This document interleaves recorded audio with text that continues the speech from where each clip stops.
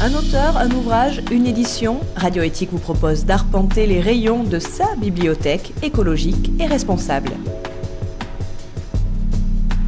Je cultive pois, fèves, haricots, des protéines dans mon jardin. Si les légumineuses sont des plantes fabuleuses, c'est qu'elles n'épuisent pas le sol, bien au contraire. Elles transforment l'azote de l'air en fertilisant, naturel et gratuit. Jean Tonelli a voulu en savoir plus auprès de Blaise Leclerc, l'auteur de cet ouvrage, paru dans la collection Facile et Bio des éditions Terre Vivante. Dans le livre, on rappelle aussi au début l'intérêt pour notre alimentation de consommer des protéines végétales, et on fait aussi le lien avec l'alimentation en général et justement la question de la consommation des protéines animales. Les légumineuses sont fabuleuses parce qu'elles nous permettent de, entre guillemets, nourrir le sol en même temps qu'elles vont nous nourrir. Oui, tout à fait. En fait, c'est la seule famille de plantes, en tout cas dans les plantes cultivées, que ce soit au jardinage, au jardin ou dans l'agriculture. Ce sont les seules plantes qui permettent une fixation de l'azote de l'air, puisque en fait, l'air que nous respirons est consommé à 78% d'azote. Mais c'est un azote qui est paradoxalement très peu disponible, puisque en fait, s'il s'est accumulé dans notre atmosphère terrestre depuis des millions d'années, c'est qu'effectivement, il est bien stable, et il est tellement stable que en fait, les engrais chimiques qu'on utilise, que l'agriculture conventionnelle utilise couramment, provient de cet azote de l'air, mais il faut énormément d'énergie pour fixer cet azote. Bon, on a une idée de l'énergie déployée par l'explosion d'AZF à Toulouse il y a quelques années. Et en fait, le prix des engrais azotés chimiques, il est complètement lié au prix du pétrole. Et pour le moment, encore jusqu'à maintenant, on a un prix du baril relativement abordable, donc le prix des engrais minéraux n'est pas trop cher, mais si à l'avenir on va sûrement avoir encore le prix du pétrole va forcément grimper avec la limitation des ressources, et on va sûrement revenir aux légumineuses. Alors quand je dis on, c'est plutôt les agriculteurs en général, comme le font déjà les agriculteurs biologiques, puisque ce sera le seul moyen d'amener, de refixer indirectement de l'azote dans nos terres. Par rapport à cette culture biologique que vous préconisez, qu'est-ce qu'il faut prendre comme précaution quand on se lance dans la culture de légumineuses? Il y a quelques précautions en fonction des espèces. Il y en a qui sont plus ou moins difficiles. Par exemple, le haricot, ça pousse très bien, mais il est assez sensible au niveau du semis. Il faut faire attention. Il n'aime pas la pluie. Il faut savoir que pas mal de légumineuses, et notamment le haricot, en fait, sont chez nous en Europe que depuis quelques siècles, quelques petits siècles, puisque ça a été ramené. C'est une plante qui vient d'Amérique et plutôt des pays chauds. Donc voilà, il y a certaines précautions. D'ailleurs, vous le dites dans votre livre qu'il faut surtout pas arroser le haricot.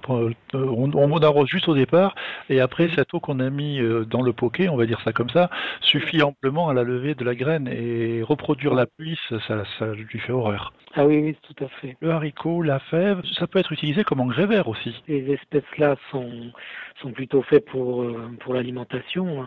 Ce serait dommage d'enfouir des haricots ou des fèves ou des petits pois. Par contre, il y a aussi d'autres légumineuses donc qui fixent aussi l'azote, qui sont plutôt arrangées dans ce qu'on appelle les légumineuses fourragères, donc, dont les feuilles sont consommées par les animaux, et cela on peut les utiliser en engrais vert. Le principe de l'engrais vert, c'est qu'on fait pousser la plante, on attend jusqu'au stade de floraison, mais pas plus, et quand la matière est encore verte, on coupe, on laisse sécher un petit peu et on enfouit dans le sol. Ça se fait avec par exemple la vesse, la févrole. Bon, après, il y a aussi des plantes qui sont en place plus longtemps comme la luzerne, qu'on peut mettre en place pour plusieurs années. Et après, évidemment, quand la luzerne est retournée, on obtient beaucoup d'azote d'un seul coup. C'est ce que pratiquent les agriculteurs biologiques quand ils font un blé. Souvent, ils le font après une luzerne de 3-4 ans qui retourne. Et il y a suffisamment d'azote pour la culture du blé, il n'y a rien besoin de ramener ni fumier ni autre produit. Vous dites aussi qu'on peut se nourrir, avoir des légumineuses toute l'année dans un potager. Vous voulez dire qu'en fonction des variétés qu'on cultive, on arrive à avoir des récoltes presque toute l'année? En hiver, c'est quand même plus limité, mais par contre, en hiver, on consomme toutes les légumineuses qu'on a pu faire sécher en été. Donc que ce soit les pois, les fèves, les haricots, les pois chiches, voire les lentilles si on se lance aussi dans cette production. Donc l'hiver, on a tous les légumes secs et puis l'été, on bénéficie aussi de toutes ces graines, soit demi-sèches, soit fraîches. Dans la culture de ces légumineuses, les plus faciles sont lesquelles à cultiver et les plus difficiles sont lesquelles? Le plus facile, je dirais, c'est la fève. Alors bon, plutôt dans le sud de la France, parce que la fève c'est une grosse graine. Si on a un climat relativement doux, on peut la semer en novembre, donc il n'y a pas besoin de l'arroser. Et puis elle a assez résistance au gel, hein, jusqu'à -4, -5, il n'y a pas de souci. Et puis après, le haricot, c'est très facile aussi, hormis la petite période du semis.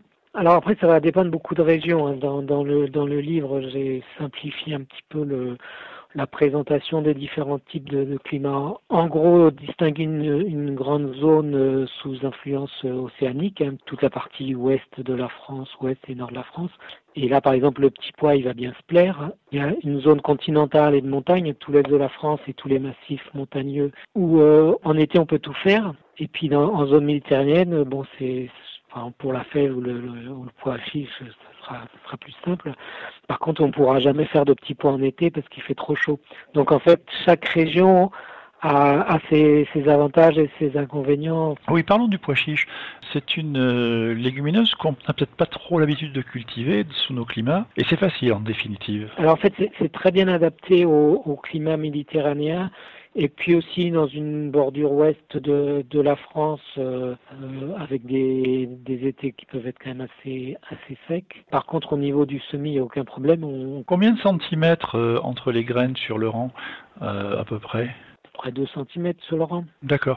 Et les rangs, vous les espacez de combien? Alors, le pois chiche, c'est une plante qui prend pas mal de place. Moi, je les espace de 70 cm, donc plus évidemment que les haricots et les autres légumineuses. Parce qu'en fait, les tiges de pois chiche dépassent en général 1 mètre. Et puis, c'est comme elles sont bien chargées il y a beaucoup de gousses, qui malheureusement contiennent qu'une ou deux graines, mais en total, ça produit quand même pas mal. Et du coup, les tiges ont tendance à retomber sur les côtés. Il faut un petit peu plus de place que pour les autres espèces. Je cultive pois, fèves, haricots, des protéines dans mon jardin, un ouvrage signé Blaise Leclerc paru dans la collection Facile et Bio des éditions Terre Vivante.